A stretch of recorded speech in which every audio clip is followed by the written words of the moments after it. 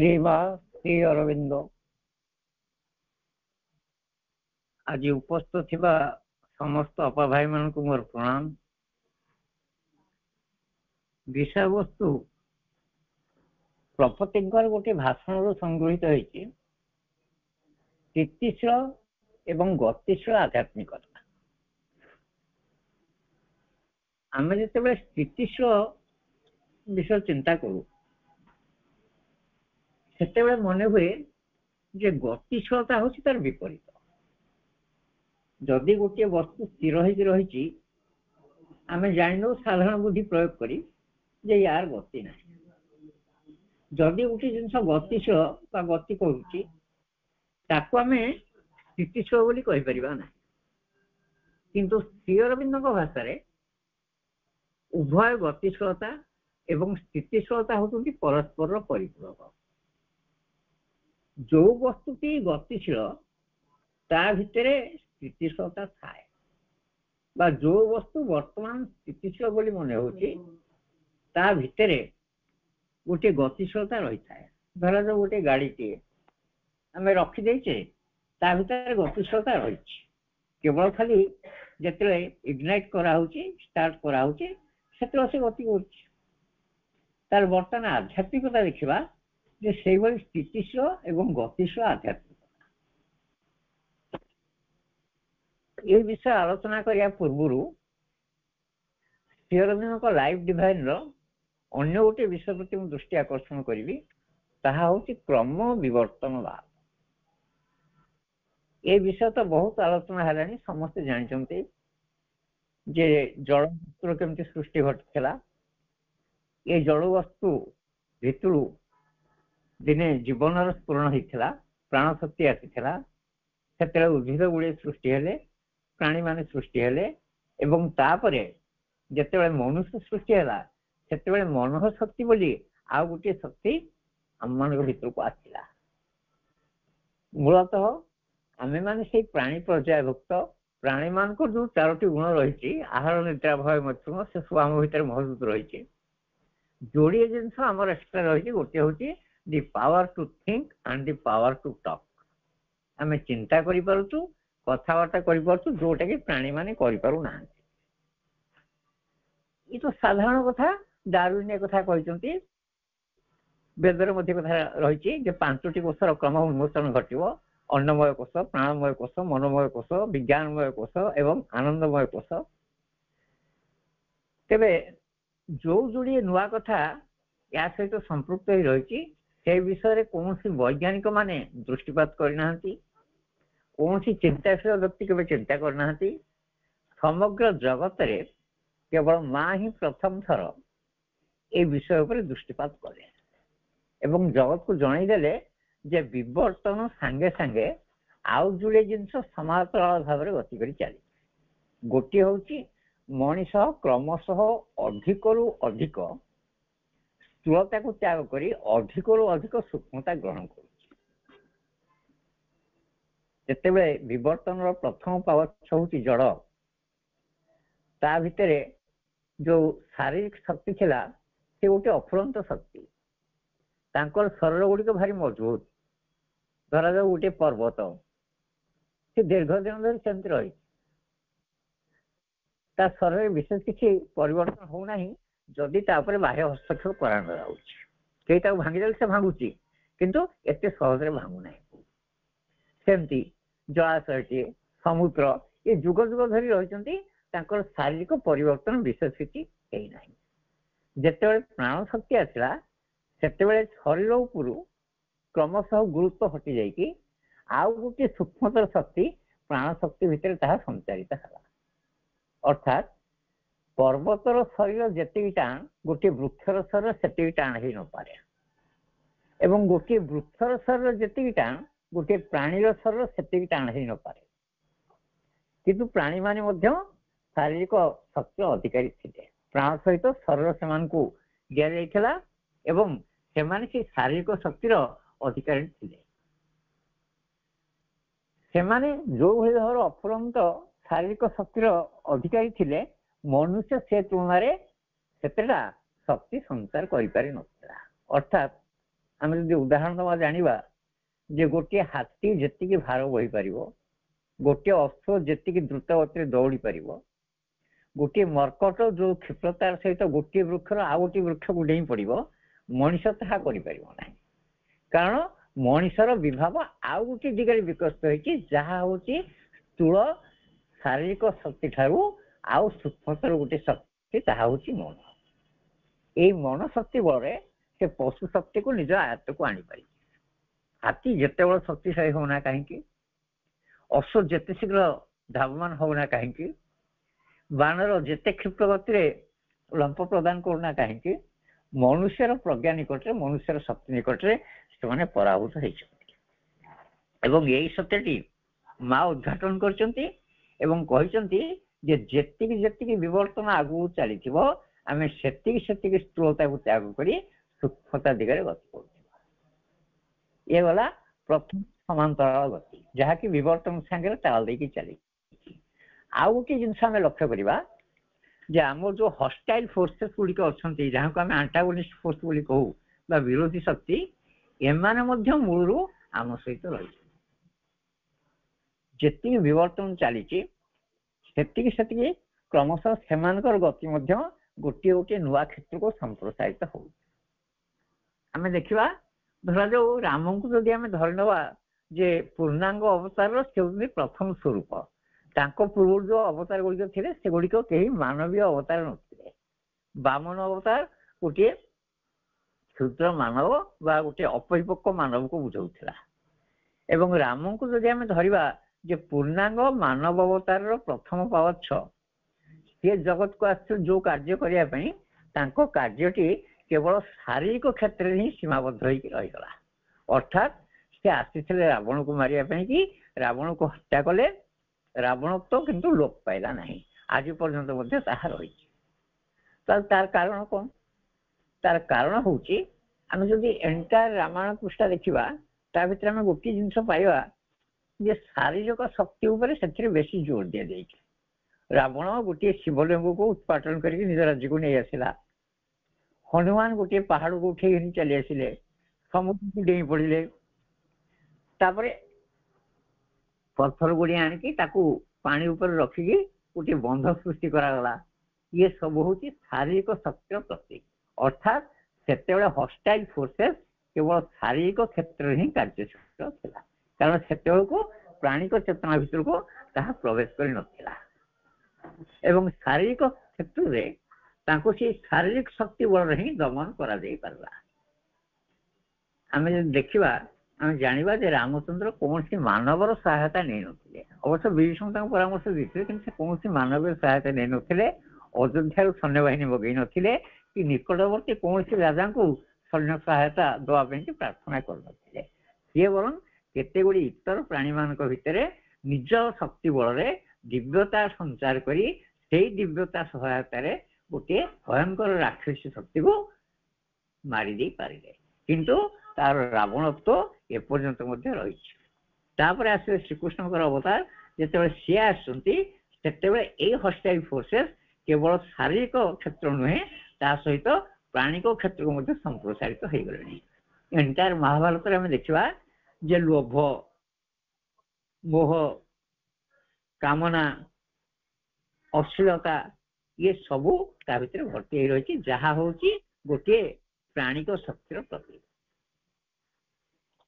ଏବଂ ଏଇ ଶକ୍ତି ବଳରେ ଯେତେବେଳେ ପୃଥିବୀ ଉପରେ ସେ ହଷ୍ଟାଇଲ ଫୋର୍ସ ଗୁଡ଼ିକ ତାଙ୍କର ପ୍ରଭାବ ବିସ୍ତାର କରିବାକୁ ଆରମ୍ଭ କଲେ, ଠିକ୍ ସେତେବେଳେ ଭଗବାନ ଶ୍ରୀକୃଷ୍ଣଙ୍କ ରୂପରେ ଆସିଲେ ଏବଂ ଏସବୁ ବିରୁଦ୍ଧରେ କାର୍ଯ୍ୟାନୁଷ୍ଠାନ ଗ୍ରହଣ କରିଥିଲେ। ତାକୁ ଦମନ କରିବା ପାଇଁ ଯତ୍ପରୋନାସ୍ତି ଉଦ୍ୟମ କରିଥିଲେ, କିନ୍ତୁ ସେସବୁକୁ ସମ୍ପୂର୍ଣ୍ଣ ଭାବରେ ଅବଦମିତ କରାଯାଇ ପାରିନଥିଲା। ଆମେ ଦେଖିବା କଂସ ତା ବାପାଙ୍କୁ ସବୁ ରାଜ୍ୟ ଛଡ଼େଇ ନେଲା, ଇଏ ହେଉଛି ଲୋଭର ଗୋଟିଏ ପ୍ରତୀକ। ତାପରେ ଦୁର୍ଯ୍ୟୋଧନ, ସେ ତାଙ୍କ ବାପାଙ୍କର ଏତେ ପ୍ରିୟ ହୋଇଯାଇଥିଲେ ଯେ ସେ ଅନ୍ୟାୟ କରୁଛନ୍ତି ଜାଣି ବୋଲିକି ମଧ୍ୟ ତାଙ୍କର ବାପା ଯିଏକି ସେତେବେଳେ ଥିଲେ ସମ୍ରାଟ, ସେ କୌଣସି ପଦକ୍ଷେପ ନେଇନଥିଲେ ତାକୁ ସୁଧାରିବା ପାଇଁ। ଇଏ ହେଉଛି ମୋହର ଗୋଟିଏ ପ୍ରତୀକ। ଦ୍ରୌପଦୀଙ୍କୁ ଯୋଉଭଳି ଭାବରେ ହିନସ୍ତା କରାଗଲା, ଇଏ ହେଉଛି ଗୋଟିଏ ପ୍ରାଣିକ ଚେତନା, ନିମ୍ନ ସ୍ତରୀୟ ପ୍ରାଣିକ ଚେତନାର ପ୍ରତୀକ। ତେଣୁ ମହାଭାରତରେ ପ୍ରାଣଶକ୍ତି ସ୍ତରରେ ହଷ୍ଟାଇଲ ଫୋର୍ସେସ୍ ଗୁଡ଼ିକ ରହିଯାଇଥିଲେ ଏବଂ ସେମାନେ ତାଙ୍କ କାମ କରୁଥିଲେ ତାକୁ ସେଇଭଳି ଭାବରେ ଶ୍ରୀକୃଷ୍ଣ ବିଲୋପ ସାଧନ କରିବା ପାଇଁ ଚେଷ୍ଟା କରୁଥିଲେ। ବର୍ତ୍ତମାନ ଦେଖିବା ଯେ ଯେତେବେଳେ ମାନସିକ ଶକ୍ତିର ବିକାଶ ଘଟିଛି ସେମାନେ ସେ ପ୍ରାଣିକ ସ୍ତର ଛାଡ଼ିକି ମାନସିକ ସ୍ତରକୁ ସଂକ୍ରମିତ ହେଇଗଲେଣି। ବର୍ତ୍ତମାନ ଯୋଉ ଯୋଉ ସବୁ ହସ୍ଟାଇଲ ଫୋର୍ସେସ୍ ରହିଛନ୍ତି ସେମାନେ ଆଉ କେହି ଫିଜିକାଲି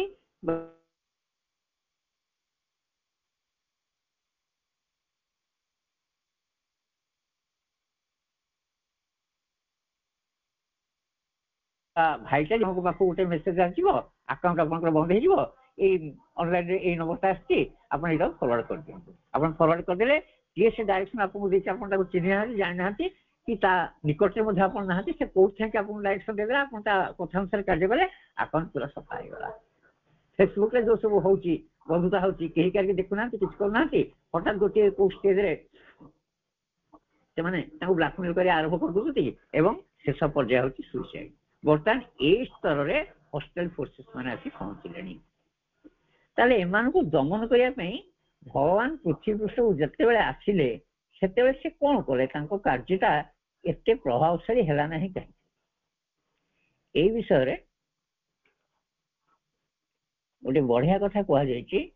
ମା ନିଜେ କହିଛନ୍ତି ଯେ ସେମାନଙ୍କୁ ବାଧା ଦଉଥିଲା ଯୋଉ ଆଧ୍ୟାତ୍ମିକ ଶକ୍ତି, ସେ ଆଧ୍ୟାତ୍ମିକ ଶକ୍ତି ଥିଲା ବିବର୍ତ୍ତନ ରହିତ ଗୋଟିଏ ଆଧ୍ୟାତ୍ମିକ ଶକ୍ତି, ଯୋଉଥିରେ କି ଆମର ଟ୍ରାନ୍ସଫର୍ମେସନ ନଥିଲା। ଟ୍ରାନ୍ସଫର୍ମେସନର ଅର୍ଥ ହଉଛି ଟୋଟାଲ ପରିବର୍ତ୍ତନ, ଆମୂଳଚୂଳ ପରିବର୍ତ୍ତନ। ଏବଂ ସେ ଜିନିଷଟି ସେତେବେଳେ ପୃଥିବୀ ପୃଷ୍ଠରେ ନଥିଲା, ଯାହା ଫଳରେ କି ସେମାନଙ୍କୁ ବାଧା ଦିଆଯାଇ ପାରିଲା ନାହିଁ ଏବଂ ସେମାନେ ଶେଷ ପର୍ଯ୍ୟନ୍ତ ତାଙ୍କର କ୍ରିୟା ଅବ୍ୟାହତ ରଖିଥିଲେ। ଏ ବିଷୟରେ ମା ଗୋଟେ ସ୍ପଷ୍ଟୀକରଣ ଦେଇ କହିଛନ୍ତି, because until now evil has been opposed by witness. ଏପର୍ଯ୍ୟନ୍ତ ଇଭିଲ ଫୋର୍ସେସ୍ ବା ହଷ୍ଟେଲ ଫୋର୍ସେସ୍ କୁ ଆମେ ଅପୋଜ କରି ଚାଲିଥିଲୁ କେମିତି ନା ବାଇ ୱିଟନେସ୍, ଦୁର୍ବଳତାର ସହିତ, by a spiritual force without any power for transformation in the material world. ଏବଂ ଟ୍ରାନ୍ସଫର୍ମେସନ ପାୱାର ନଥିବା ଗୋଟିଏ ସ୍ପିରିଚୁଆଲ ଫୋର୍ସକୁ ନେଇକି ଆମେ ଏଇ ଜଗତରେ ତାଙ୍କୁ ଦମନ କରିବା ପାଇଁ ଚେଷ୍ଟା କରିଥିଲୁ।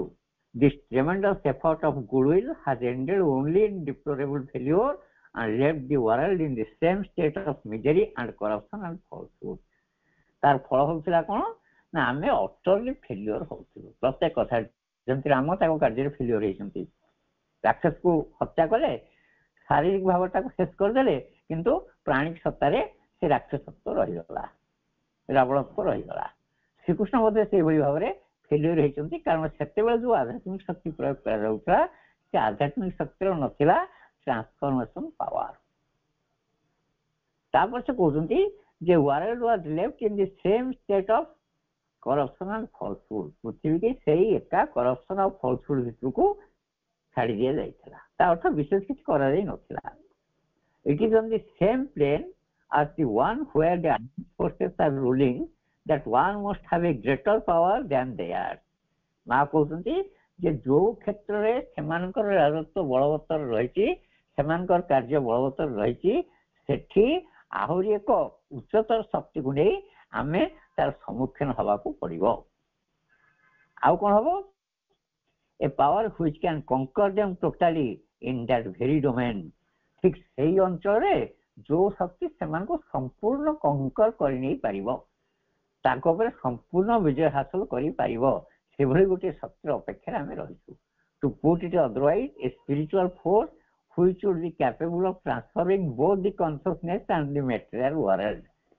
ସେଠି କହୁଛନ୍ତି ଏଭଳି ଗୋଟିଏ ଆଧ୍ୟାତ୍ମିକ ଶକ୍ତି ଦରକାର ଯାହାକି ଆମର ଚେତନାକୁ ଏବଂ ଏ ପାର୍ଥିବ ଜଗତକୁ ଏକା ସାଙ୍ଗରେ ରୂପାନ୍ତରିତ କରିଦେଇ ପାରିବ। ଯଦି ରୂପାନ୍ତରିତ ନ ହବ, ପାର୍ଥିବ ଜଗତ ରୂପାନ୍ତରିତ ହେଇଯିବ, କିନ୍ତୁ ଚେତନାର ଜଗତ ଯୋଉଟା ହଉଛି ଦି କନସିୟସ୍ ୱାର୍ଲଡ, ତାହା ସେମିତି ରହିଯାଇଥିବ। ଆଜ୍ ଫର ଏକ୍ସାମ୍ପଲ, ଆମେ ବର୍ତ୍ତମାନ ଆଜି ଦେଖୁଛେ ଦିନ ଥିଲା ଆମେ ଗୁମ୍ଫାରେ ରହୁଥିଲେ, ସେଠି ଆମର ଖାଦ୍ୟ ଥିଲା କ'ଣ ନା କଞ୍ଚା ମାଂସ ଖାଉଥିଲେ। କେତେବେଳେ କେମିତି ଅଗ୍ନିର ଆବିଷ୍କାର ହେଲା, ମାଂସ ଗୁଡ଼ିକୁ ପୋଡ଼ିକି ଖାଇଲେ, ତାପରେ ବିବର୍ତ୍ତନ ଆଗେଇ ଚାଲିଛି। ବର୍ତ୍ତମାନ ଆମେ ଆସିକି ଡିଜିଟାଲ ଯୁଗରେ ପହଞ୍ଚିଲୁଣୁ, କିନ୍ତୁ ଆମର ଚେତନା ଯୋଉଠି ଥିଲା ସେଇଠି ରହିଯାଇଛି। ସେତେବେଳେ ସେମାନେ ଢେଲା ପଥର ପ୍ରୟୋଗ କରୁଥିଲେ, ଏବେ ମଧ୍ୟ ଢେଲା ପଥର ପ୍ରୟୋଗ କରୁଥିଲେ।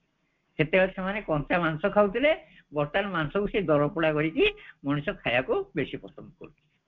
ତାହେଲେ ଆମର ଚେତନା ସ୍ତରରେ ଆମେ ବିଶେଷ ଆଗେଇ ନାହିଁ, କିନ୍ତୁ ଟ୍ରାନ୍ସଫର୍ମେସନ ପାୱାର ଥିବା ଯୋଉ ଆଧ୍ୟାତ୍ମିକତା ଏ ଜଗତକୁ ଆସିବ ବା ମା ଶ୍ରୀରବୀନ୍ଦ୍ରଙ୍କ କର୍ତ୍ତୃକ ଏ ଜଗତକୁ ଅଣାଯାଇ ସାରିଲାଣି, ତାହାର ପ୍ରଥମ କାମ ହବ ଚେତନା ଜଗତକୁ ପରିବର୍ତ୍ତନ କରିବା ସଙ୍ଗେ ସଙ୍ଗେ ସ୍ଥୂଳ ଭାବରେ ଏ ସ୍ଥୂଳ ଜଗତକୁ ମଧ୍ୟ ପରିବର୍ତ୍ତନ କରିବ।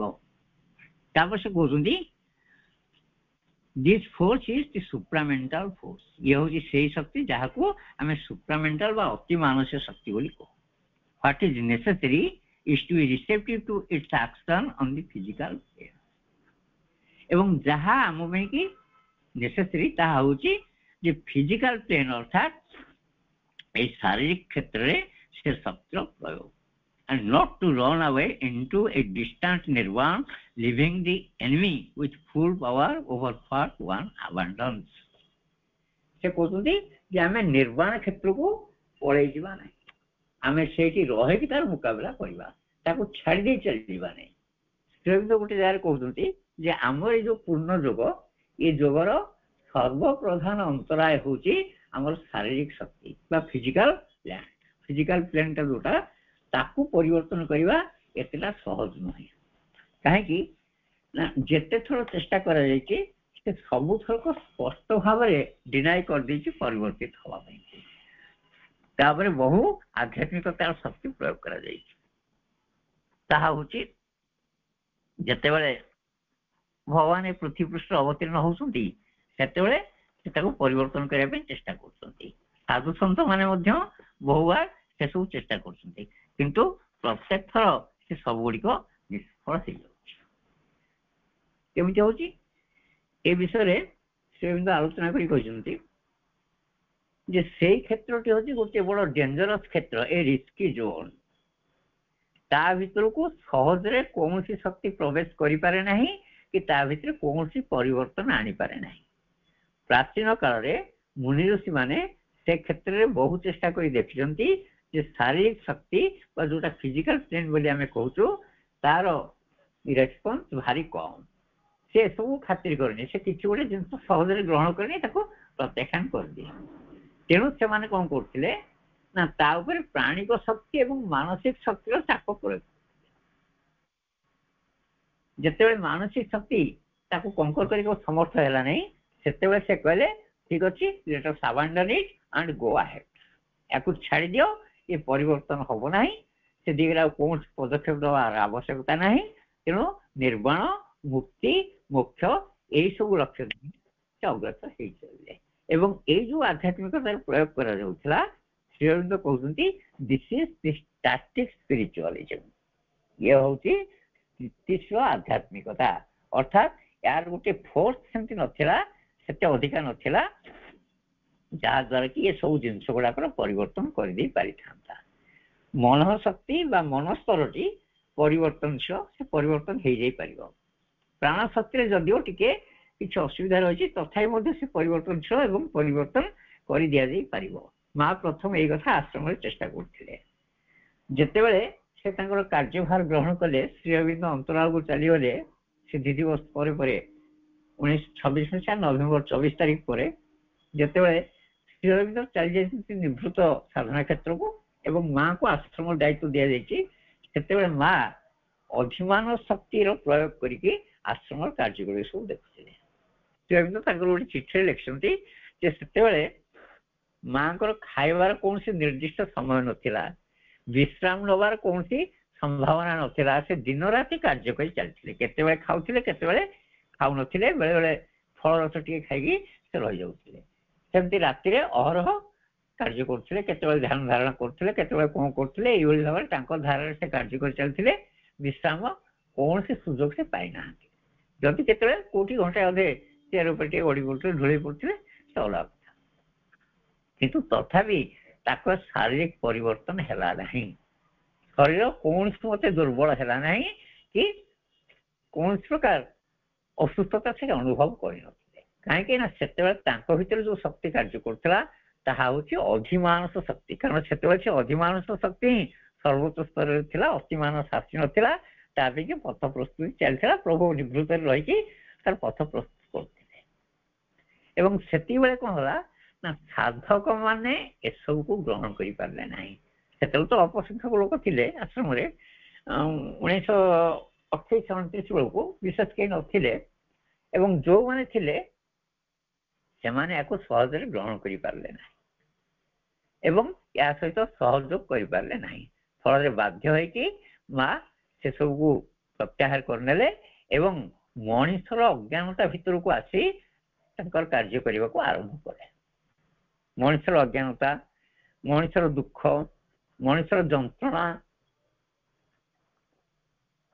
ମଣିଷର ସବୁ ପ୍ରକାର ଦୁର୍ବଳତା, ଇଏ ସବୁ ଭିତରେ ଦେଇ ମା ଯେତେବେଳେ ତାଙ୍କର କାର୍ଯ୍ୟ ଆରମ୍ଭ କଲେ, ସେତେବେଳେ କ୍ରମଶଃ ସେଗୁଡିକ ସବୁ ମାଙ୍କ ଶରୀର ଭିତରକୁ ଚାଲିଗଲା। ସାଧକ ମାନଙ୍କ ଭିତରେ ଯୋଉ ଅପୂର୍ଣ୍ଣତା ଥିଲା, ସେ ଅପୂର୍ଣ୍ଣତା ମଧ୍ୟ ମାଙ୍କ ଶରୀରକୁ ଟ୍ରାନ୍ସଫର ହେଇଗଲା। ସାଧକ ମାନଙ୍କର ଅସୁସ୍ଥତାକୁ ମଧ୍ୟ ମା ନିଜ ଶରୀରକୁ ଗ୍ରହଣ କରିନେଲେ। ତେଣୁ ତାଙ୍କୁ ନାନା ପ୍ରକାର ଅସୁବିଧାର ସମ୍ମୁଖୀନ ହେବାକୁ ପଡିଲା। କାରଣ ମା ଜାଣିଲେ ଯେ ଏଇ ଲେବୁଲରୁ କାମ ନ କଲେ ଆମେ ଆଉ ଅଗ୍ରଗତି କରିପାରିବୁ ନାହିଁ। ଏବଂ ସେଇ କ୍ଷେତ୍ରରେ ସେ ତାଙ୍କର ଟ୍ରାନ୍ସଫର୍ମିଂ ପାୱାରକୁ କାର୍ଯ୍ୟରେ ଲଗେଇଥିଲେ। ସେମିତି କହୁଛନ୍ତି what is transforming power. Transforming power ବା ଟ୍ରାନ୍ସଫର୍ମେସନର ଯୋଉ ଶକ୍ତି, ସେ ଶକ୍ତିଟି କଣ? ସେ ଶକ୍ତିଟି ସର୍ବନିମ୍ନ ସ୍ତରରେ କାମ କରେ। ଯୋଉ ଶକ୍ତି ଶାରୀରିକ କ୍ଷେତ୍ରରେ ବା ଫିଜିକାଲ ପ୍ଲେନରେ କାମ କରିପାରିଲା ନାହିଁ, ଯୋଉ ଶକ୍ତିକୁ ପ୍ରାଚୀନ ମୁନି ଋଷି ସାଧକ ମାନେ ପ୍ରତ୍ୟାଖ୍ୟାନ କରିଥିଲେ, ସେଇ ଶକ୍ତି କ୍ଷେତ୍ରରେ ଶ୍ରୀଅରବିନ୍ଦ କହୁଛନ୍ତି ଯେ ଆମର ଟ୍ରାନ୍ସଫର୍ମିଂ ପାୱାରଟା ସେଇ କ୍ଷେତ୍ରରେ ହିଁ କାର୍ଯ୍ୟକାରୀ ହବ। କେମିତି ହବ ନା ଯୋଉ ଗୁଡ଼ିକ ଅସଜଡ଼ା ଅବସ୍ଥାରେ ଅଛି ସେଗୁଡ଼ିକୁ ସେ ସଜାଡ଼ି ଦେବ ଏବଂ ଯୋଉ ଗୁଡ଼ିକ ଅସଙ୍ଗତ ଅବସ୍ଥାରେ ଅଛି ସେଗୁଡ଼ିକୁ ସେ ନିଶ୍ଚିହ୍ନ କରିଦେବ। ଫର ଏକ୍ସାମ୍ପଲ ଯୋଉଟା କହୁଛନ୍ତି ଅବିଦ୍ୟା ବା ଅଜ୍ଞତା। ଅଜ୍ଞତା କଣ? That is not a state, that is the lack of knowledge. ଯୋଉଠି ଜ୍ଞାନ ନାହିଁ ସେଠି ଅଜ୍ଞାନତା ରହିଛି ଏବଂ ଅଜ୍ଞାନତାର ସୁଯୋଗ ନେଇ ବହୁତ ଲୋକ ବହୁତ ପ୍ରକାର କଥା କୁହନ୍ତି। କାରଣ ସେମାନେ ଜାଣିନାହାନ୍ତି, ଈଶ୍ୱରଙ୍କ ବିଷୟରେ କିଛି ଜାଣିନାହାନ୍ତି, ଜଗତ ବିଷୟରେ କିଛି ଜାଣିନାହାନ୍ତି, ମଣିଷ ସହିତ ଈଶ୍ୱରଙ୍କର ସମ୍ପର୍କ କଣ ସେ ବିଷୟରେ ମଧ୍ୟ କିଛି ଜାଣିନାହାନ୍ତି। କେବଳ ଖାଲି ନିଜର ମତାମତ ଗୁଡ଼ିଏ ଦିଅନ୍ତି ଏବଂ ନିଜ ଚିନ୍ତାକୁ ଅନ୍ୟ ଉପରେ ଲଦି ଦିଅନ୍ତି। ଏବଂ କେତେକ ଲୋକ ଅଛନ୍ତି ସେମାନେ ମଧ୍ୟ ସେ ଅଜ୍ଞତା ବଶତଃ ସେମାନଙ୍କର ହାତ ବାରିଶି ହେଇଯାଆନ୍ତି। ଏସବୁ ଘଟଣା ସବୁଆଡେ ଘଟୁଛି, ତା ଉପରେ ବିଶେଷ ଆଲୋଚନା କରିବା ଦରକାର ନାହିଁ। ଏସବୁ ଖବରକାଗଜରେ ସମସ୍ତେ ପଢିବାକୁ ପାଉଛନ୍ତି, ଜାଣିଛନ୍ତି। ଦ୍ୱିତୀୟତଃ ଯୋଉ ଗୁଡ଼ିକ ଅସଜଡ଼ା ଅବସ୍ଥାରେ ଥିବ ତାକୁ ସେସବୁ ସଜାଡ଼ି ଦେବ। ଆମ ପ୍ରାଣ କ୍ଷେତ୍ରରେ କେତେ ଗୁଡ଼ିଏ ଦୁର୍ବଳତା ରହିଛି, ସେଗୁଡ଼ିକ ସବୁ ସଜାଡ଼ି ଦିଆଯାଇ ପାରିବ। ତେଣୁ ଟ୍ରାନ୍ସଫର୍ମିଂ ପାୱାର ସେଗୁଡ଼ିକୁ ସଜାଡ଼ି ଦେବ। ଶରୀର ଭିତରେ ଯୋଉ ଅବସନ୍ନତା ଅଛି, ଜଳତା ଅଛି, ଇନର୍ସିଆ ଅଛି, ଇଏ ସବୁ ଉପରେ ମଧ୍ୟ ସେ କାର୍ଯ୍ୟ କରିପାରିବ। ଧୀରେ ଧୀରେ ଧୀରେ ଧୀରେ ଏଗୁଡ଼ିକୁ ସବୁ ରିଜେନେରେଟ କରାଯାଇ ପାରିବ। ଇଏ ହଉଛି ଶ୍ରୀଅରବିନ୍ଦଙ୍କର ବକ୍ତବ୍ୟ। ଏବଂ ଯେତେବେଳେ ଏଇ ଶକ୍ତି କାର୍ଯ୍ୟ କରିବ ସେତେବେଳେ ମଣିଷ ଗୋଟେ ଟୋଟାଲ ଟ୍ରାନ୍ସଫର୍ମେସନର ସମ୍ମୁଖୀନ। ବର୍ତ୍ତମାନ ସୁଦ୍ଧା ଯୋଉ ଆଧ୍ୟାତ୍ମିକତା ବଳରେ ଆମେ ଏସବୁକୁ ଅତିକ୍ରମ କରିବାକୁ ଚେଷ୍ଟା କରୁଥିଲୁ ତାହା ହଉଛି ଗୋଟିଏ ଷ୍ଟାଟିକ ସ୍ପିରିଚୁଆଲ ପାୱାର। କିନ୍ତୁ ବର୍ତ୍ତମାନ ଡାଇନାମିକ ସ୍ପିରିଚୁଆଲ ପାୱାର ଆସିଲା ପରଠାରୁ ଏସବୁ କ୍ଷେତ୍ରରେ ପରିବର୍ତ୍ତନ ଘଟିଛି ଏବଂ ଧୀରେ ଧୀରେ ଜଗତ ସେଇ ଦିଗକୁ ଅଗ୍ରସର ହଉଛି। ସୁପ୍ରାମେଣ୍ଟାଲ ପାୱାର ଜଗତକୁ ଆସିଯାଇଛି। 1950 ମସିହା ଡିସେମ୍ବର 5 ତାରିଖରେ ପ୍ରଭୁଙ୍କ ଶରୀର ଉପରେ ଅବତୀର୍ଣ୍ଣ ହେଲା ଏବଂ ସେଇ ପାୱାରକୁ ମା ନିଜ ଦେହକୁ ଗ୍ରହଣ କରି ନେଇ 1956 ମସିହା ଫେବୃଆରୀ ମାସ 29 ତାରିଖରେ ତାକୁ ରିଲିଜ କରିଦେଲେ ପୃଥିବୀ ଚେତନା ସହିତ ସଂଯୁକ୍ତ ହେଇଯିବା ପାଇଁ। ପ୍ରଥମେ ସେ ଆଶଙ୍କା କରୁଥିଲେ ଯେ ଜଳ କ୍ଷେତ୍ରରେ ହୁଏତ ପ୍ରତିବାଦ ଆସିପାରେ, ପ୍ରତିରୋଧ ଆସିପାରେ, କିନ୍ତୁ ପ୍ରକୃତି ଅତି ସୁନ୍ଦର ଭାବରେ କନସେଣ୍ଟ ଦେଇଦେଲା ଯେ ସେ ନିଜେ ଟ୍ରାନ୍ସଫର୍ମ ହେବାକୁ ଚାହୁଁଛି। ବର୍ତ୍ତମାନ ସେଇ କ୍ଷେତ୍ରରେ କାର୍ଯ୍ୟ ଚାଲିଛି। ପ୍ରକୃତି ଭିତରେ ଯୋଉ ଯୋଉ ପରିବର୍ତ୍ତନ ସବୁ ଦେଖାଯାଉଛି ଏ ସବୁ ସେଇ ସୁପ୍ରାମେଣ୍ଟାଲ ପାୱାରର କାର୍ଯ୍ୟ। ଏବଂ ତାପରେ ବାବାଜୀ ମହାରାଜ କହନ୍ତି ଯେ ଯୋଉ ଆଧ୍ୟାତ୍ମିକ ଶକ୍ତି ଜଗତକୁ ଆସିଥିଲା ତାକୁ ଷ୍ଟାଟିକ୍ କରିଦିଆଗଲା। କେମିତି ନା ସେଗୁଡ଼ିକ ସବୁ କାଳକ୍ରମେ ହୀନ ହେଇକି କେତେ ଗୁଡ଼ିଏ ପ୍ରଥା ପରମ୍ପରା ଭିତରେ ସୀମିତ ହେଇକି ରହିଗଲେ, ଆଉ ତାର ଏସେନ୍ସ କିଛି ମଣିଷ ଗ୍ରହଣ କରିପାରିଲା ନାହିଁ। ଆଜ୍ ଫର୍ ଏକ୍ସାମ୍ପଲ ସେ କହୁଛନ୍ତି ଯେ ସେତେବେଳେ ଚେଷ୍ଟା କରାଯାଉଥିଲା ଅଷ୍ଟପ୍ରହରୀ, ହରିଆଷ୍ଟ, ସଂକୀର୍ତ୍ତନ ଏସବୁ ମାଧ୍ୟମରେ ଆଧ୍ୟାତ୍ମିକ ଶକ୍ତିକୁ ଜାଗ୍ରତ କରି ରଖିବା ପାଇଁ, କିନ୍ତୁ କାଳକ୍ରମେ ସେସବୁ ଗୋଟିଏ ଗୋଟିଏ ପ୍ରଥାରେ ପରିଣତ ହେଇଗଲା ଏବଂ ତା ଭିତରେ ନାନା ପ୍ରକାର ବିରୋଧୀ ଶକ୍ତି ପ୍ରବେଶ କରିଗଲେ। ଆଜି ଅଷ୍ଟପ୍ରହରୀ ହବ, ତମକୁ ଏତିକି ଚାନ୍ଦା ଦେବାକୁ ପଡିବ, ଆଜି ଅଷ୍ଟପ୍ରହରୀ ହବ, ତମକୁ ଏଇ କାମ କରିବାକୁ ପଡିବ, ଆଜି ଅଫିସ ନେଇକି ରହିବାକୁ ପଡିବ, ଏଭଳି ଜୋର ଜବରଦସ୍ତି କାର୍ଯ୍ୟ ଗୁଡା ସବୁ କରାଗଲା, ଯାହା ଫଳରେ ସ୍ପିରିଚୁଆଲ ପାୱାର ଯେତିକି କାମ କରିବା କଥା ସେତିକି କାମ କରିପାରିଲା ନାହିଁ। ତେଣୁ ସେ ଷ୍ଟାଟିକ ହେଇକି ରହିଗଲା ଏବଂ ତାପରେ କେତେ ଗୁଡ଼ିଏ ଇନଷ୍ଟିଟ୍ୟୁସନାଲ ରିଲିଜିଅନ ଭିତରେ ସେ ସୀମାବଦ୍ଧ ହେଇଗଲା। ସକାଳୁ ଉଠିବା, ମନ୍ଦିରକୁ ଯିବା, ସେଠି ଭୋଗରାଗ ଲଗେଇବା, ଏ କରିବା, ଖାଇବା ପୂର୍ବରୁ ଭୋଗକୁ ଠାକୁରଙ୍କ ପାଖରେ ଅର୍ପଣ କରିବା, ସେ ଘଣ୍ଟି ବଜେଇବା, ଏ କରିବା, ସେ କରିବା, ଏସବୁ ଯୋଉ ସବୁ ରହୁଛି ଇଏ ହଉଛି ଇନଷ୍ଟିଟ୍ୟୁସନାଲ ରିଲିଜିଅନ ଏବଂ ଏଗୁଡିକ କୌଣସି ମତେ ଆଧ୍ୟାତ୍ମିକତା ନୁହନ୍ତି ବୋଲି ଶ୍ରୀଅରବିନ୍ଦ ବହୁ ଜାଗାରେ କ୍ଲିୟର କରିଦେଇଛନ୍ତି। ମୋରାଲିଟି ଆଧ୍ୟାତ୍ମିକତା ନୁହେଁ, ଅଲୌକିକତା ଆଧ୍ୟାତ୍ମିକତା ନୁହେଁ, ଇନଷ୍ଟିଟ୍ୟୁସନାଲ ରିଲିଜିଅନ ଆଧ୍ୟାତ୍ମିକତା ନୁହେଁ ଏବଂ ଫିଲୋସଫି ମଧ୍ୟ ଆଧ୍ୟାତ୍ମିକତା ନୁହେଁ।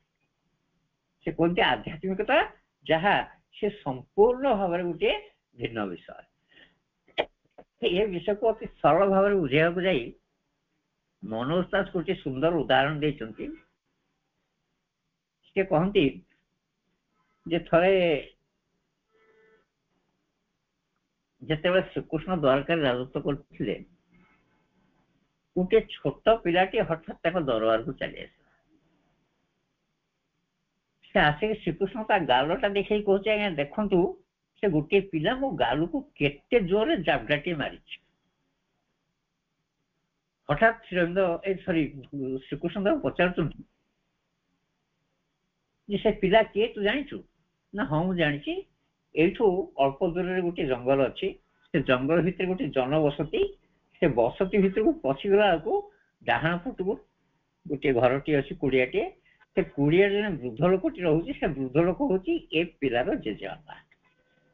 ତାର ବାପା ମରିଯାଇଛନ୍ତି, କେହି ନାହାନ୍ତି, ଜେଜେବାପା ଏବଂ ନାତି ଦି ଜଣ ଯାକ ରହିଛନ୍ତି। ଆଚ୍ଛା ଚାଲ ମୋ ସାଙ୍ଗରେ। ସେ ଉଠିକି ଚାଲିଲେ। ସେତେବେଳେ ସମସ୍ତେ ଆଶ୍ଚର୍ଯ୍ୟ ହେଇଯାଉଛନ୍ତି ଯେ ଶ୍ରୀକୃଷ୍ଣ ଏତେ ବଡ ସତ୍ୟପ୍ରଜ୍ଞ ଲୋକ, ମହାଭାରତ ଭଳି ଗୋଟେ ବିରାଟ ଯୁଦ୍ଧ ଚାଲିଗଲା, କେତେ ଲୋକ ମରିଛନ୍ତି, ଇଭେନ୍ ତାଙ୍କ ନିଜ ରିଲେସନ ବି ମରିଛି, ଅଭିମନ୍ୟୁ ବଧ ହେଇଛି, ସେ ସବୁଥିରେ ଧୈର୍ଯ୍ୟ ଧରିକି ରହନ୍ତି। ଏ ଗୋଟେ ଅତି ସାମାନ୍ୟ ଘଟଣା, ଗୋଟେ ଛୋଟିଆ ପିଲା ଆଉ ଗୋଟେ ପିଲାକୁ ବାଡେଇ ଦେଇଛି, ଏଥିରେ ସେ ଏତେ ଉତ୍କ୍ଷିପ୍ତ ହେଇକି ନିଜେ ଯାଉଛନ୍ତି ତାକୁ ଦଳ ଦେବା ପାଇଁକି। ସମସ୍ତେ ଆଉଟ୍ ଅଫ୍ କ୍ୟୁରିଓସିଟି ତାଙ୍କ ପଛପଛେ ଚାଲିଲେ। ସେତେବେଳକୁ ଖବର ଯାଇକି ସେ ବୃଦ୍ଧ ଲୋକଟି ପାଖରେ ପହଞ୍ଚିଗଲାଣି ଯେ ଦେଖ ତୋ ନାତି ଆଉ ଗୋଟିଏ ପିଲାକୁ କେମିତି ଆଘାତ କରିଥିଲା, ସେ ପିଲା ଯାଇକି ରାଜାଙ୍କ ପାଖରେ ଫେରାଦ ହେଇଛି ଏବଂ ରାଜା ନିଜେ ଆସୁଛନ୍ତି ତୋତେ ଦଣ୍ଡ ଦେବା ପାଇଁ। ସେ ବୃଦ୍ଧ ବ୍ୟକ୍ତି ଭାବୁଛି ଯେ ମୋର ଯେତେବେଳେ କିଛି ଅସୁବିଧା ପଡେ ମୁଁ ସେ ଶ୍ରୀକୃଷ୍ଣଙ୍କ ନାମ ହିଁ ଜପ କରେ। ବର୍ତ୍ତମାନ ଏ ଯୋଉ ଅବସ୍ଥା ଆସିଛି, ଅର୍ଥାତ୍ ସ୍ୱୟଂ ଶ୍ରୀକୃଷ୍ଣ ମତେ ଦଣ୍ଡ ଦେବା ପାଇଁକି ଆସୁଛନ୍ତି, ମୁଁ ବର୍ତ୍ତମାନ କାହା ନାମ ଜପ କରିବି? ସେଇ ଶ୍ରୀକୃଷ୍ଣଙ୍କ ସହ ମୋର ଗତ୍ୟନ୍ତର କିଛି ନାହିଁ। ସେ ସେଇଠୁ ଥରଥରିକି ଠିଆ ହେଇକି ରହିଛି। ଶ୍ରୀକୃଷ୍ଣ ଆସିଛନ୍ତି ଏବଂ ହଠାତ୍ ସେ ବୃଦ୍ଧ ଲୋକଟା ହାତକୁ ଧରି କହିଛନ୍ତି, ଦେଖ ଭଲ କିରି ଦେଖ ତୋ ନାତି କଣ କରିଛି, ଦେଖ ସେ ପିଲା ଗାଲ, ଦେଖ ତା ଗାଲ କଣ ହେଇଛି, ଦେଖ। ଏତିକି କହିଛି ସେ ଚାଲିଲେ। ସମସ୍ତେ ଆଶ୍ଚର୍ଯ୍ୟ ହେଇଗଲେ, ଏତେ ରାଗତନ୍ତ ହେଇକି ଶ୍ରୀକୃଷ୍ଣ ଆସିଲେ ଖାଲି ଏଇ କଥା କହିବା ପାଇଁ କି? ୟା ଭିତରେ ଗୋଟିଏ ଘଟଣାଟିଏ ଘଟି ଯାଇଛି ଯେ ସେ ଯୋଉ ବୃଦ୍ଧ ଲୋକଟି ସେ ଥିଲେ ଜନ୍ମାନ୍ଧ, ମୂଳରୁ ତାଙ୍କର ଦୃଷ୍ଟି ଶକ୍ତି ନଥିଲା।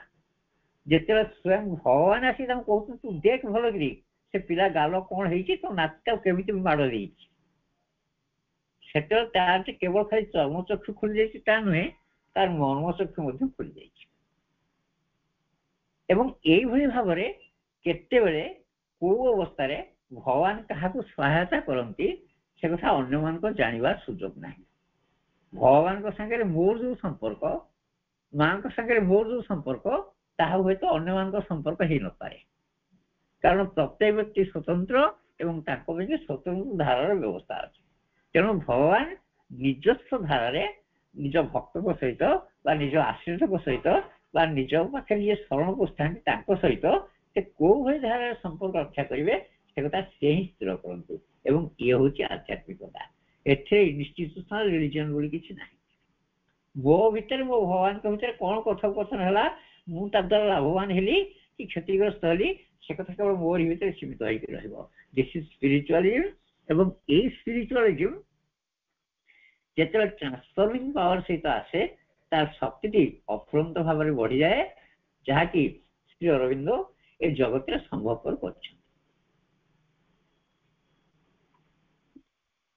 मंत्रमयी सावित्री बुक 1 कैंटो 2 या भितर पृथ्वी पृष्ठ की परिवर्तन घटिबो से विषय श्री अरविंद गोटे लिस्ट देइछन्ति एवं से कहते जिते भगवती आसवे गोटे चैलेंज रहिबो ए जगत रे केते गुडी परिवर्तन से करिवे कोन ना प्रथमे प्रकृति मुक्त हस्त हो अर्थात प्रकृति आज सुधा जिते गुडी जिनस को निज कब्जा भितर रखी से जिनस गुड़िक धीरे धीरे खोलिबा आरंभ हो एवं से गुड़ क्रमशः दृश्यमान हम बर्तमान आम देखुचे गोटे फूल किछि वर्ष पूर्व जहाँ निर्दिष्ट भाव में गोटे रंग थिला आज बहु रंगे देखा मिलूँ अपराजिता फूलर 2-3 प्रकार रंग बर्तमान आवेलेबल है गोटे गोलापी रंग गोटे धला रंग आ गोटे पारंपरिक जो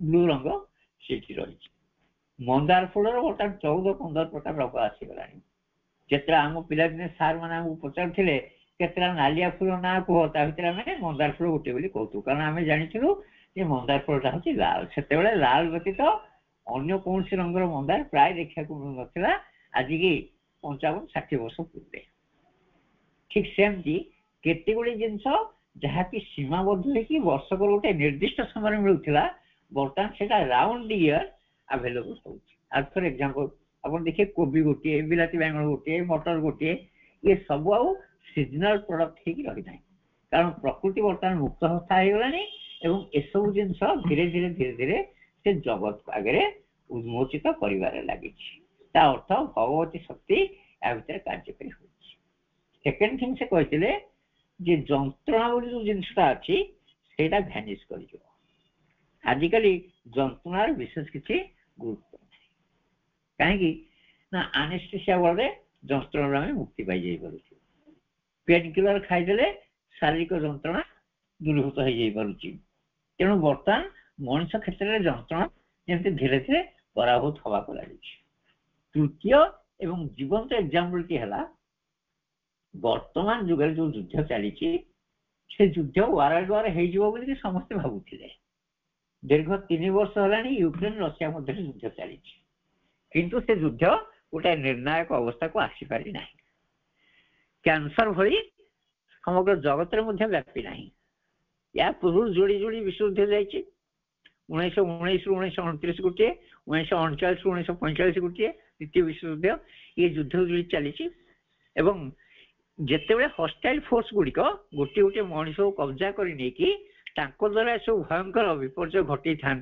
से दिव्य शक्ति से क्षेत्र में लीलाखा द्वितीय विश्व युद्ध समय श्री अरविंद मोराली एवं स्पिरिचुअली मित्र पक्ष को सपोर्ट करते से चाहूले भारत स्वाधीनता किंतु सपोर्ट करते इंग्रेज मान को कहीं जानी हिटलर पर जो भूतटी सवार होती जदि से हिटलर कर्तृक भारत दखल हो गला ताले से हस्टाइल फोर्स भारत पर राजत्व कर तेणु तांकर आध्यात्मिक शक्ति बल जिते सुभाष बोस हिटलर को ठारू सहायता ग्रहण करके आसी जापान एवं ताकरी सहायता से माड़ी आस मणिपुर पर्यंत से दीर्घ 9 दिन धरी प्रबल वर्षा होती से अग्रसर हो पारि ना स्पिरिचुअली अग्रगति की रोकी दि जाए कारण से यदि आसी था भारतवर्ष गोटे अपशक्ति कबल पड़ी हैरान होता एवं श्री अरविंद स्पिरिचुअल पावर ये दिगरे आमको बहुत सहायता करा विशेष भाव में प्रचार हुए ना कि कहीं प्राय जानते ना ठीक से भाव में दुटी विश्व युद्ध चली जाइए कौन सी शक्ति से हस्तक्षेप कर प्रभावशाली है ना କିନ୍ତୁ ବର୍ତ୍ତମାନ କ୍ଷେତ୍ରରେ ଯୋଉ ଦୁଇଟି ରାଷ୍ଟ୍ର ଭିତରେ ଯୁଦ୍ଧ ଚାଲିଛି ଏବଂ କିଛି ଦିନ ପୂର୍ବରୁ ଇସ୍ରାଏଲ ହମାସ ଭିତରେ ଯୋଉ ଯୁଦ୍ଧ ଚାଲିଥିଲା ଜଣା ପଡୁଥିଲା ଯେ ସିଏ ମଧ୍ୟ ବିଶ୍ୱଯୁଦ୍ଧରେ ପରିଣତ ହେଇଯାଇପାରେ। କାରଣ 3-4ଟି ଦେଶ ଲେବାନନ ଆଉ ଗୋଟେ ଦେଶ ଏମିତି ସବୁ ମିଶିକି ଇରାନ ଏମାନେ ସବୁ ମିଶିକି ଇସ୍ରାଏଲ ଉପରେ ଆକ୍ରମଣ କରିବା ପାଇଁ ସ୍ଥିର କରିଥିଲେ। କିନ୍ତୁ ହଠାତ୍ ପଟ ପରିବର୍ତ୍ତନ ହେଇଯାଇଛି। ଆଜିର ମେସେଜ ହଉଛି ଦି ମେସେଜ ଅଫ ଟୁଡେ ଯେ ଇସ୍ରାଏଲ ବର୍ତ୍ତମାନ ଯୁଦ୍ଧ ବିରତି କରିବା ପାଇଁ ରାଜି ହେଇଗଲାଣି ଏବଂ ହାମାସ ମଧ୍ୟ ତାଙ୍କର ସୈନ୍ୟ ପ୍ରତ୍ୟାହାର କରିନେବା ପାଇଁ ଚେଷ୍ଟା କରିଛନ୍ତି। କିଛି ଦିନ ପୂର୍ବରୁ ଭାରତ ଏବଂ ଚୀନ ଭିତରେ ଗୋଟିଏ ବୁଝାମଣା ସ୍ୱାକ୍ଷର ହେଇଥିଲା। ଭାରତୀୟ ସେନା ଏବଂ ଚୀନ ସେନା ଉଭୟ ଯୋଉ ଯୋଉ ଜାଗାରେ ଥିଲେ ସେଠୁ ସେ ତାଙ୍କ ପୋଷ୍ଟକୁ ହଟି ଯାଇଛନ୍ତି, ଅର୍ଥାତ୍ ସେ ଜାଗାରେ ଶାନ୍ତି ସ୍ଥାପନ କରିବାର ବ୍ୟବସ୍ଥା ହେଇଛି। ତାହେଲେ ଗୋଟେ ବିରାଟ ଶକ୍ତି ଯଦି ନଥାନ୍ତା ଏସବୁ ଜିନିଷର ପ୍ରଭାବକୁ ରୋକି ହେଇଥାନ୍ତା। ତେଣୁ ଏଥିରୁ ସ୍ପଷ୍ଟ ଜଣା ପଡୁଛି ଯେ ଯୋଉ ସୁପ୍ରାମେଣ୍ଟାଲ ପାୱାର ଜଗତ ବକ୍ଷକୁ ଆସି ଯାଇଛି ସେଇ ସୁପ୍ରାମେଣ୍ଟାଲ ପାୱାର ବର୍ତ୍ତମାନ ତାର କାର୍ଯ୍ୟ କରିବା ଆରମ୍ଭ କରିଦେଇଛି। ତାପରେ ମା କହୁଛନ୍ତି ଏଥିପାଇଁ ଆମକୁ କଣ କରିବାକୁ ପଡିବ ନା we must get connected to that power. ଆମେ ଆମ ସାମର୍ଥ୍ୟ ଅନୁସାରେ ସେ ପାୱାର ପାଖରେ ନିଜକୁ କନେକ୍ଟ କରିଦେବା, ଯାହା ଫଳରେ କି ଆମ ଭିତରେ ସେ କ୍ରିୟା କରିବାକୁ ସୁଯୋଗ ପାଇବ ଏବଂ necessary transformation will be possible with the help of that supramental power, ଯୋଉଟାକୁ ଗତିଶୀଳ ଆଧ୍ୟାତ୍ମିକତା ବୋଲିକି ପ୍ରପତି ତାଙ୍କର ଗୋଟେ ଭାଷଣରେ ଉଲ୍ଲେଖ କରିଥିଲେ ଏବଂ ଶ୍ରୀ ଅରବିନ୍ଦ ମୂଳତଃ ଗୋଟେ ଏଇଟା ବର୍ଣ୍ଣନା କରିଥିଲେ। ଏଇ ଯୋଉ ଗତିଶୀଳ ଆଧ୍ୟାତ୍ମିକତା ବା ଯୋଉଟାକୁ ମା କହୁଛନ୍ତି the spiritual power with the power for transformation, ଏଇ ଶକ୍ତିଟି ଜଗତ ପକ୍ଷରେ କାର୍ଯ୍ୟକାରୀ ହବ, ପ୍ରକୃତି ପକ୍ଷରେ କାର୍ଯ୍ୟକାରୀ ହେଲାଣି। ତାର ସ୍ଥୂଳ ପ୍ରମାଣ ଆମେ କିଛି ମାତ୍ରାରେ ପାଇଲୁଣୁ। ତାପରେ ମଣିଷ ଶରୀର ଭିତରେ ତାହା କାର୍ଯ୍ୟକାରୀ ହବ, କିନ୍ତୁ ମଣିଷ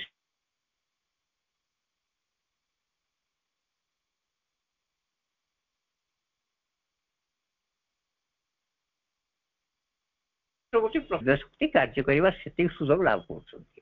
ଏବଂ ବର୍ତ୍ତମାନ ଯେହେତୁ ଏସବୁର ଅର୍ଜେନ୍ସି ଅନୁଭୂତ ହେଲାଣି, ଲୋକମାନେ ବ୍ୟାପକ ଭାବରେ ଜାଣିଲେଣି ଯେ ଏସବୁ ବ୍ୟତୀତ ଅନ୍ୟ ଗତି ନାହିଁ, ସେତେବେଳେ ସମସ୍ତେ ଦିନେ ନା ଦିନେ ସେଇ ଉନ୍ନତି ହେବେ।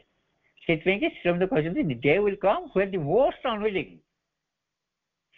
will see this power and will be benefited by this power। ଯୋଉ ଲୋକଟି ଅତି ମାତ୍ରାରେ ଅନିଚ୍ଛୁକ ପରିବର୍ତ୍ତନ ହେବା ପାଇଁ, ଯାହାଙ୍କର ବିଲକୁଲ ଇଚ୍ଛା ନାହିଁ, ସେମାନେ ମଧ୍ୟ ଏ କ୍ଷେତ୍ରକୁ ଆସିବେ। ମା ଭରସାର ବାଣୀ ଶୁଣେଇ କହିଛନ୍ତି I shall not leave the earth till the last man is transformed। ଶେଷ ବ୍ୟକ୍ତିଟି ଟ୍ରାନ୍ସଫର୍ମ ନ ହେବା ପର୍ଯ୍ୟନ୍ତ ମୁଁ ଏ ଜଗତ ପରିତ୍ୟାଗ କରିବି ନାହିଁ। ମାଙ୍କ ଉପରେ ଭରସା ରଖି, ପରମ ପ୍ରଭୁ ଶ୍ରୀ ଅରବିନ୍ଦଙ୍କ ଉପରେ ଭରସା ରଖି ବର୍ତ୍ତମାନ ତାଙ୍କରି ଧାରାରେ ନିଜକୁ ସମର୍ପଣ କରିଦେଇ ତାଙ୍କରି ଶକ୍ତି ବଳରେ ନିଜକୁ ପରିଚାଳିତ କରି ତାଙ୍କରି କାର୍ଯ୍ୟରେ ସହାୟତା କରିବା, ଇଏ ହଉଛି ଆମମାନଙ୍କର ପ୍ରଥମ ଲକ୍ଷ୍ୟ। ସମସ୍ତଙ୍କ ପାଇଁ ଆଜି ଦିନଟି ଶୁଭମୟ ହଉ। ଶ୍ରୀମା ଶ୍ରୀ ଅରବିନ୍ଦଙ୍କର ଜୟ ହଉ। ବନ୍ଦେ ମାତରମ୍।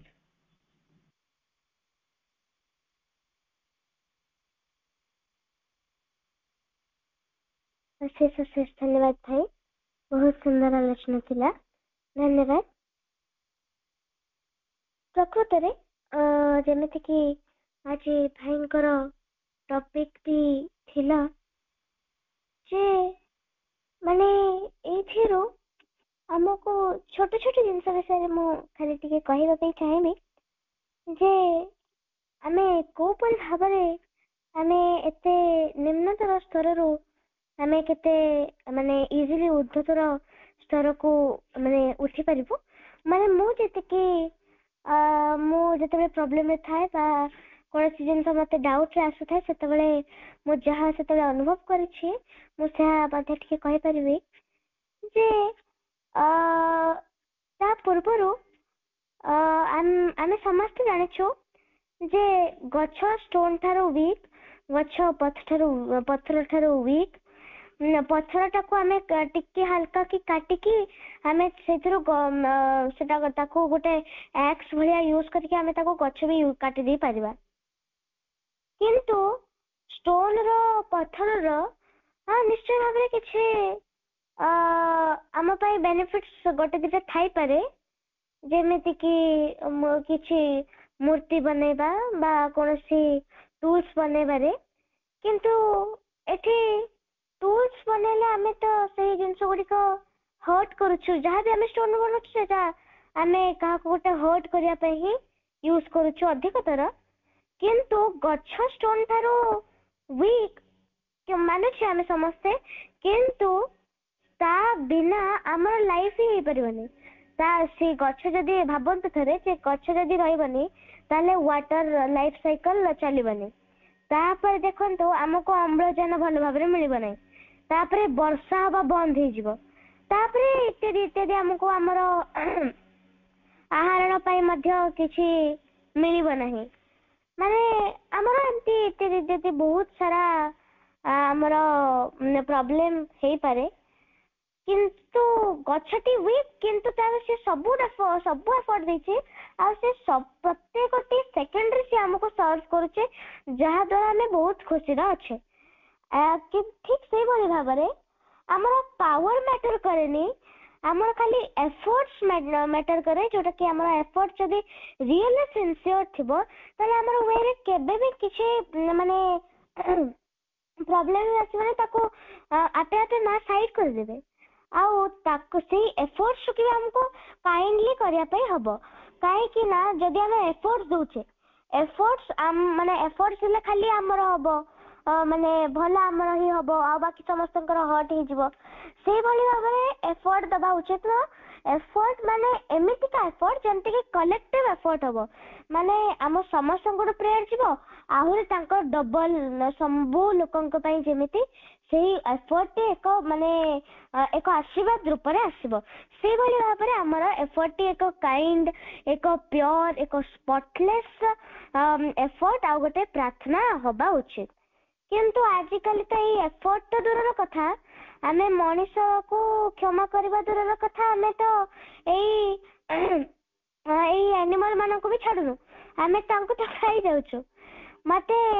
ମୁଁ ତ ସେମିତି ଭେଜିଟେରିଆନ, କିନ୍ତୁ ମୁଁ ଯେତେବେଳେ ସ୍କୁଲକୁ ଯାଏ ସେତେବେଳେ ଡେଲି ଫ୍ରାଇଡେ ସେଠି ଗଲାବେଳେ ଗୋଟେ ଫିsh ମାର୍କେଟ ଲାଗେ। ସେତେବେଳେ ମତେ ବହୁତ ଦେଖିଲେ ମତେ ବହୁତ ଦୁଃଖ ଲାଗେ ଯେ ଯଦି ଆମକୁ ସେଇ ବଞ୍ଚିବାର ହକ୍ ଟି ରହିଛି, ତାହେଲେ ସେମାନେ ବି ତ ବଞ୍ଚୁଛନ୍ତି ନା, ସେମାନେ ବି ତ ଲିଭିଂ ବିଙ୍ଗ ନା। ତାଙ୍କୁ ଆମେ ଖାଲିଟାରେ ମାରିକି କାହିଁକି ଖାଇବା? ତାଙ୍କର ଲାଇଫ ଅଛି, ଆମର ଲାଇଫ ଅଛି। ଦି ଜଣ ଯାକ ଯଦି ମାନେ ପ୍ରସ୍ପରସଲି ରହୁଛନ୍ତି, ତାହେଲେ ଖାଲିଟାରେ ଆମେ ତାଙ୍କର ଲାଇଫ ଉଜାଡ଼ିକି ଆମେ ଆମର ଲାଇଫରେ କାହିଁକି ଖୁସି ଆଣିବା ପାଇଁ ଚାହୁଁଛେ? ଆମେ ହ୍ୟାପିନେସ୍ ଆଣିବା, କିନ୍ତୁ ଆଉ କାହାର ଲାଇଫକୁ ଥୋଡ଼ି ନା ଆମେ ଉଜାଡ଼ିକି ହ୍ୟାପିନେସ୍ ଆଣିବା। ମାନେ ଆମେ ମାନୁଥିବା, ଆମେ ଯେତେବେଳେ ବି କାହାକୁ କିଛି ହର୍ଟ କରୁଛେ ଆମକୁ ଗିଲ୍ଟି ନିଶ୍ଚୟ ଭାବରେ ଫିଲ୍ ହଉଛି। କିନ୍ତୁ ଯେତେବେଳେ ଏଇ ମାସୁମ ଯାହାଙ୍କର ସେମାନେ ପୁରା ଇନୋସେଣ୍ଟ, ସେମାନେ ଆମ ପାଇଁ କିଛି ବି ସେମାନେ ଆମକୁ ହାର୍ମ କରିନାହାନ୍ତି, ତଥାପି ଆମେ କାହିଁକି ତାଙ୍କୁ ହାନି ପହଞ୍ଚାଉଛୁ, କାହିଁକି ଆମେ ତାଙ୍କୁ ହାର୍ମ କରୁଛୁ? ଏହି ଜିନିଷଟି ଆମେ କାହିଁ କରୁଛୁ? କାହିଁକି ନା ଆମେ ଫିଜିକାଲି ମେଣ୍ଟାଲି ଆମେ ସେଇ ମାନେ ଆମର ଖାଲି ଆମର ହିଁ ଆମେ ଭଲ ଶାନ୍ତି ଚାହୁଁଛୁ, ଆମେ ଖୁସି ରହୁ, ଆଉ ବାକି ଯାହାର ଯାହା ହଉଛି ହଉ। ସେଇ ଜିନିଷଟି ଆମ ଭିତରେ ରହିବା ଉଚିତ ନୁହଁ। ଏଇ ଜିନିଷଟି ଏବେ ଘଟୁଛି କାହିଁକି? କାରଣ ଆମେ ଫିଜିକାଲି ମେଣ୍ଟାଲି ବୋଥ୍ ୱେରେ ଆମେ ସେହି ଆଣ୍ଟି ଡିଭାଇନ୍ ଫୋର୍ସକୁ ଆମେ ଫଲୋ କରି ଚାଲିଛୁ। ମାନେ ଏଇଥିରୁ ମାନେ ଆଉ ବାକିଙ୍କର ହର୍ଟ କରିକି ଫିଜିକାଲି ତ ଆମେ ଖୁସିରେ ରହିଯିବୁ, କିନ୍ତୁ ଚେତନାରେ ଆମର କୌଣସି ମାନେ ଗୋଟେ ମାନେ କାଣିଚିରେ ମଧ୍ୟ ଆମର ଅଗ୍ରଗତି ହେଉନାହିଁ। ଆଉ ଆମେ ଜାଣିପାରୁନାହିଁ ଯେ ଏଇ ଲାଇଫରେ ଯଦି ଆମେ ଅଗ୍ରଗତି ହିଁ ନ କରିବା, ତାହେଲେ ଆମେ ନୂଆ ନୂଆ ଜିନିଷ ଶିଖିବା କେମିତି?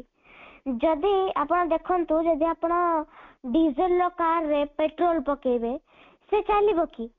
ବ୍ୟାଟେରୀର କାରରେ ଆପଣ ଗୋଟେ ସାଇଡରେ କାଟି ଦେଇକି ସେଥିରେ ଆପଣ ପେଟ୍ରୋଲ କିମ୍ବା ଡିଜେଲ ଭରିଦେବେ, ସେଥିରେ ସେ ଚାଲିବ କି? ଯଦି ଆପଣ ପେଟ୍ରୋଲ କାରରେ ଡିଜେଲ ଭରିଦେବେ ବା ବ୍ୟାଟେରୀ ଭରିଦେବେ, ସେତେବେଳେ କଣ ସେଟା ଚାଲିବ? ଠିକ୍ ସେଇଭଳି ଭାବରେ ଆମକୁ ମା ବନେଇଛନ୍ତି, ମା ନିଜେ କାର୍, ମା ନିଜେ ଷ୍ଟିୟରିଂ ହୁଇଲ୍, ମା ନିଜେ ଆମ ପାଇଁ ଏୟାର କଣ୍ଡିସନର, ସବୁ କିଛି ହଉଛନ୍ତି ମା। ସିଏ ବି ଆମକୁ ଶିଖଉଛନ୍ତି ଯେ କେମିତି ଆମେ କାରଟିକୁ ଡ୍ରାଇଭ୍ କରିବା। ଆଉ ଯଦି ତାପରେ ବି ଆମେ ଶିଖିପାରୁନାହୁଁ, ତାପରେ ଯଦି ଆମେ ଭଗବାନଙ୍କୁ ବ୍ଲେମ୍ କରୁଛୁ ଯେ ନା ନା ଭଗବାନ ଆମକୁ ଶିଖେଇଲେନି, ଭଗବାନ ଆମକୁ ହେଲ୍ପ କଲେନି, ଇଟ୍ ଇଜ ନଟ୍ ରାଇଟ୍।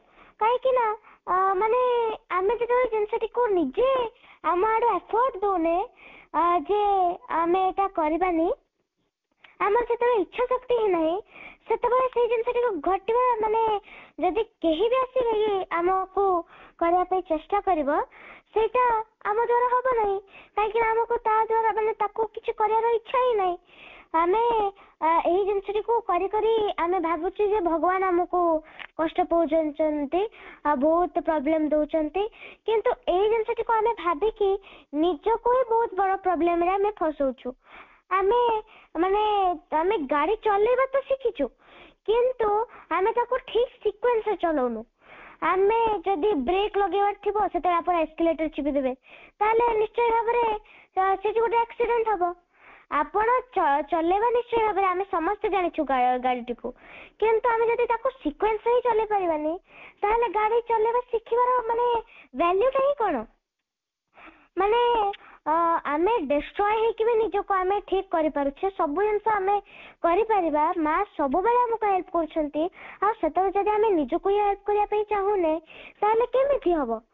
ଏବେ 70 ବର୍ଷ ତଳେ ଜାପାନରେ ବହୁତ ବଡ ବାତ୍ୟା ଆସିଥିଲା। ସେଥିରେ ପୁରା ଜାପାନର ତିନିସୁକିଆ ହେରିକା ସବୁ ଟୋକିଓ ସବୁ ମାନେ ହୋଲ ଜାପାନଟା ହିଁ ପୁରା ଏକଦମ କବାଡା ହେଇଯାଇଥିଲା। ସେତେବେଳେ ପୁରା ଜାପାନର ଯୋଉ ବି ଯାହା ବି ସେ ଭଲ କଣ୍ଟ୍ରିରେ ଥିଲା, ସେତେବେଳେ ବହୁତ ତାର ଲସ୍ ହେଲା।